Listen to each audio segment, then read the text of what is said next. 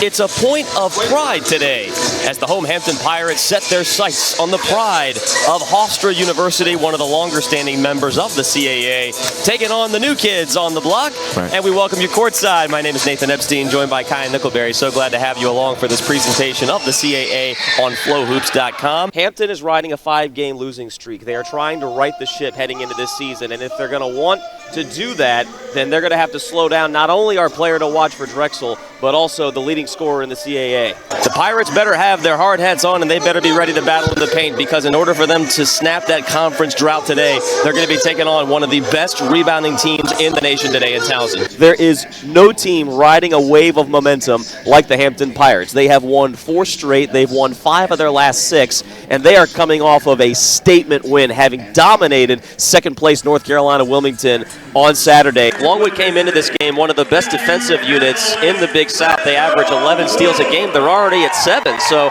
really living up to the billing defensively. You guys upset as a 15 seed, the 2 seed Iowa State Cyclones. It's been almost 23 years. We were talking about it before the game. Does it feel like 23 years?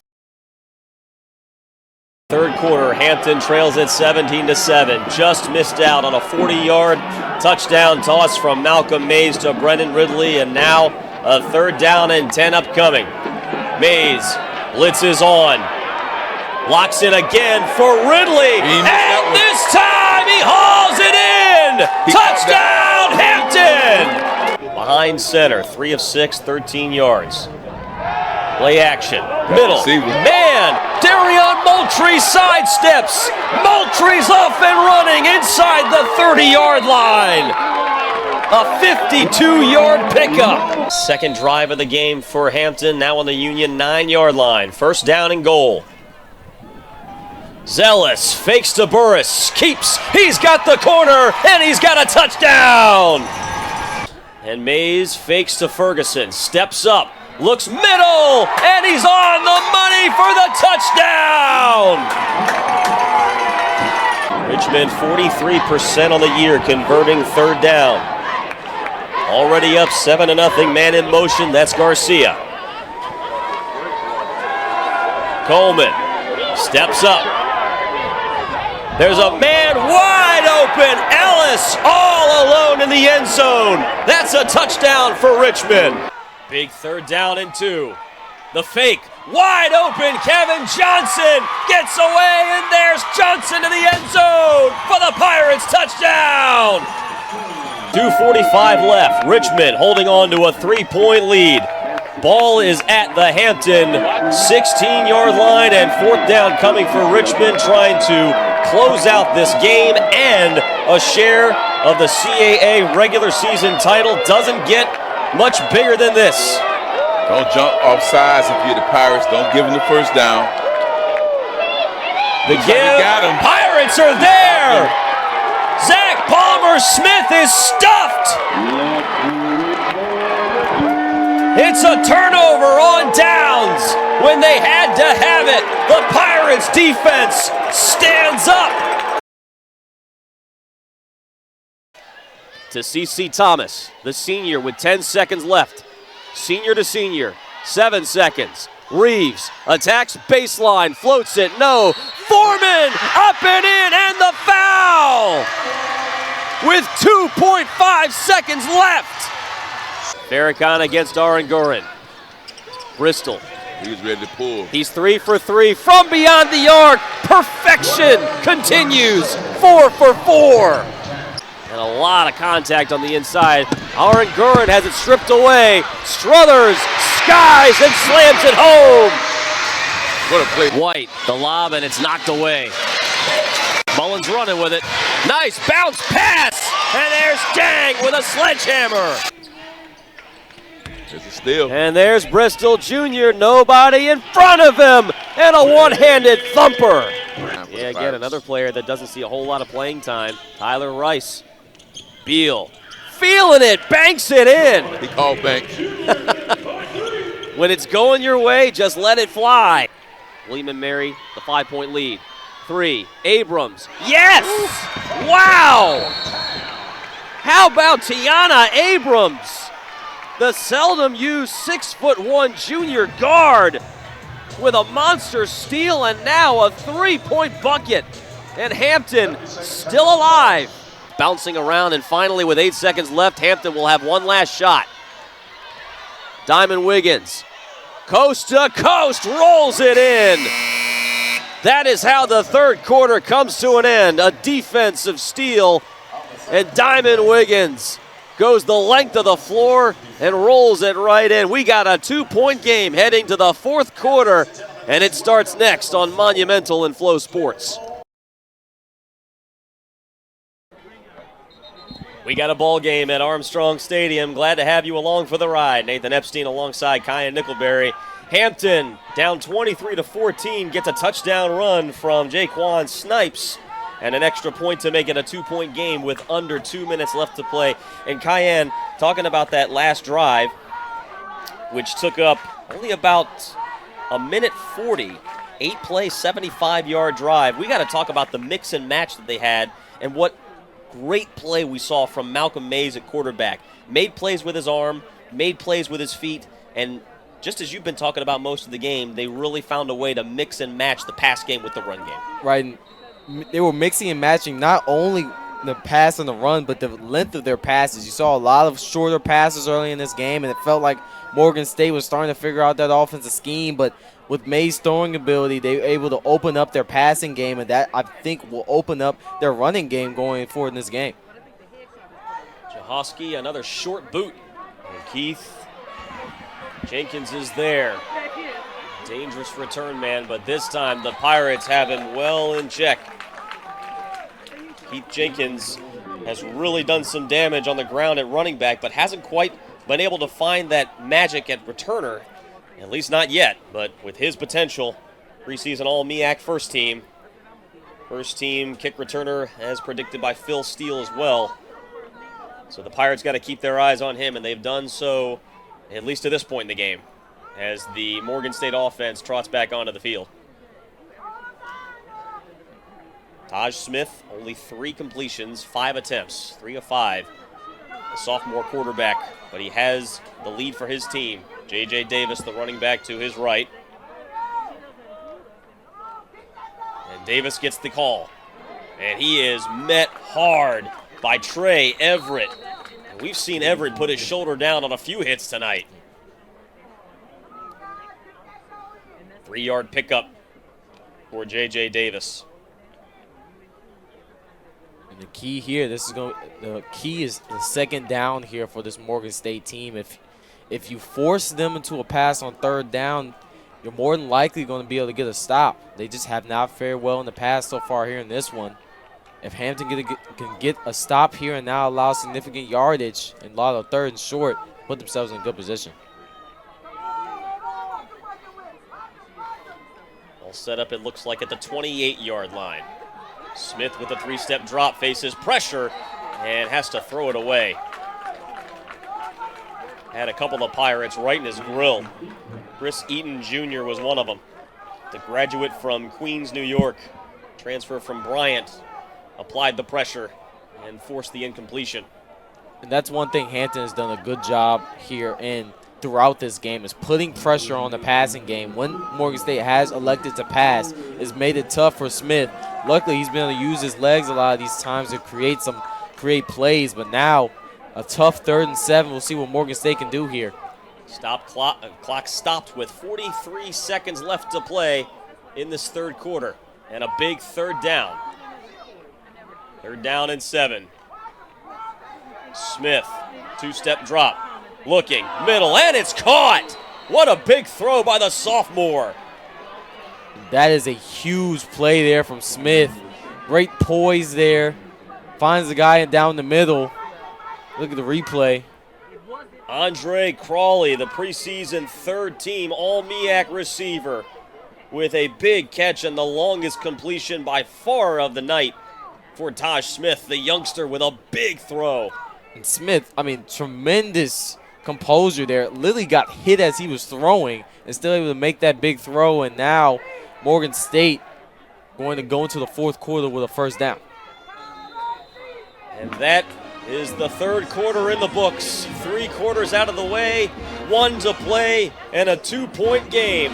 You couldn't have asked for much more drama in this season opener between Hampton and Morgan State. The Bears have it first down when we come back on Flow Football. Buckle up, we got a heck of a fourth quarter on the way. A 2-point game at Armstrong Stadium. Morgan State with the lead, 23-21. And Hampton trying to hold on and come back for this season opening win at home. Morgan State, Taj Smith looking long, has got a man, and it's caught over the shoulder. They're saying it is a completion. Omar Ibrahim was trying to plead his case that it was out of bounds, but Marquise Phillips, the graduate from Washington, D.C., played at Florida A&M and at Virginia State with a mammoth catch. And my goodness, who is this Taj Smith that we're seeing all of a sudden? Only 5 completions heading into this drive, and he's got 2 big ones so far. J.J. Davis gets away, and he's into the end zone for the touchdown. 2 plays, the blink of an eye, 45 yards covered, and Morgan State has once again extended its lead. Hampton University President Darrell Williams looks on from the stands today. Good to have him in attendance. The retired U.S. Army 3-star general, 13th president here at Hampton University. He's seen some great basketball so far in the first half. His Pirates trying to hold on for their first conference win in almost a full calendar year. Jordan Nesbitt doing what he can, and a couple of other special guests in the crowd as well. You take a look at Tarvis Williams there on the left. The former Hampton Pirate who hit the game-winning shot in the Pirates' upset win over the second-seeded Iowa State Cyclones in the 2001 NCAA tournament. Only the 4th number 15 seed ever to upset a number 2 seed. But that's the kind of memories that the NCAA tournament can create for player, fan, broadcasters alike. And we are now February 17th, closing in on that magical tournament. 7 minutes left to play.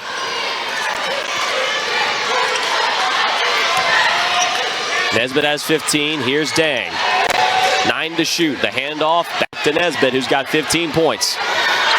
Guarded by Suleiman. The 3-pointer just trims the front iron, and it's no good. Yeah, I don't think me or Coach Jordan loved that shot. It was a good shot if he makes it, not the best shot if he misses. And sometimes you have to take those kind of shots with talents like Nesbitt. Tyler Tejada just inside the arc, flicks the wrist. Oh, that has to be a goaltend, and it is, but they're going to count the bucket. It was a goaltend against Hampton. And that ball was most definitely inside the cylinder. Ball was tipped, and so it will stay a 3-point edge. 6:24 left to play. Hampton hanging around, hanging in there after leading by 17, trailed by as many as 4. A wild up and down game. Wilcox, the crossover against Thompson. Hangs, and it drops. Tedrick Wilcox with a game high, 19 points. Yeah, that was a tough finish there inside for Wilcox. Had Thompson on his hip and able to create space in the air to shoot, make that floater. Returning to the form that we saw from Wilcox at the start of the year. Here's Thompson going to work against Benson. No good. Excellent defense by Javon Benson there. I think that's a good matchup there. Benson on Thompson makes things a little bit difficult with his athleticism. Extremely tough layup there, but there's Benson with the cleanup. Nesbitt has to take some better shots over these next few possessions there. And Hampton regains the lead, 58-57. They are 5:21 away from their first conference win of the year. How badly do they want it? Suleiman the handoff, Tark. And now it's Thompson with 15 points. Tejada, the bounce pass back to Thompson with 6 to shoot. Again, working on Benson. Excellent defense from Benson. Thompson sneaks it in, can't convert the layup. Ball's on the ground. Shot clock violation, and that will give possession back to the Pirates. Very good defense there. Thompson able to, kind of the well-oiled machine that he is, able to find space there, but that Pirates defense made it difficult to finish and gives them a shot clock violation. Now, ball in hand, when things look like it wasn't going to go their way and kind of looks similar to what we've seen from this team in some other games, Hampton now with the position to take command here in this one. And Benson, that's what he does beyond just scoring the basketball. Has 7 points today, playing very well on offense, but it's his defensive presence that has really made a difference.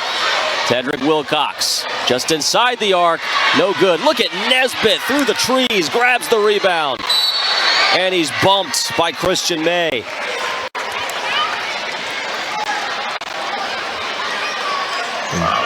Going to be 1-1 here, but I'd like to see Nesbitt maybe get back to that spin move he was using earlier.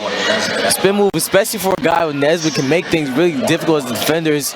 You know, as a defender, you're putting all your momentum on one side and someone spins and basically can take you out of the play there. And he could have used it there, but still gets free throws here. And a big front end of the 1-and-1. He's 6 of 7 from the free throw line today. And that gives Hampton a 2-point edge. Nesbitt has been so pivotal for this team here in this game. Big miss there. Front iron, no, and Nesbitt is now 6 for 8 from the charity stripe.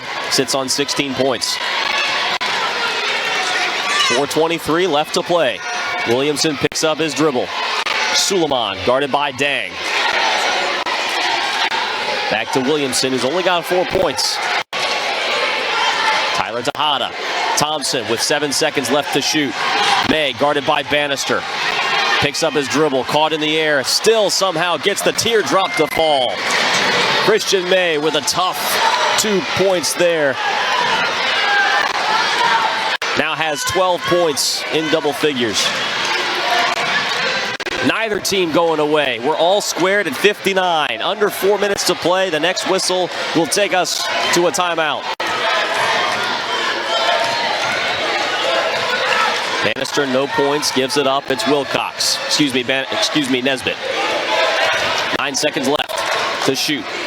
Nesbitt against Thompson.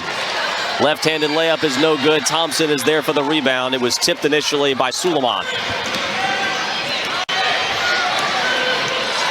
3:15 left to play. Dylan Williamson takes the screen from Thompson.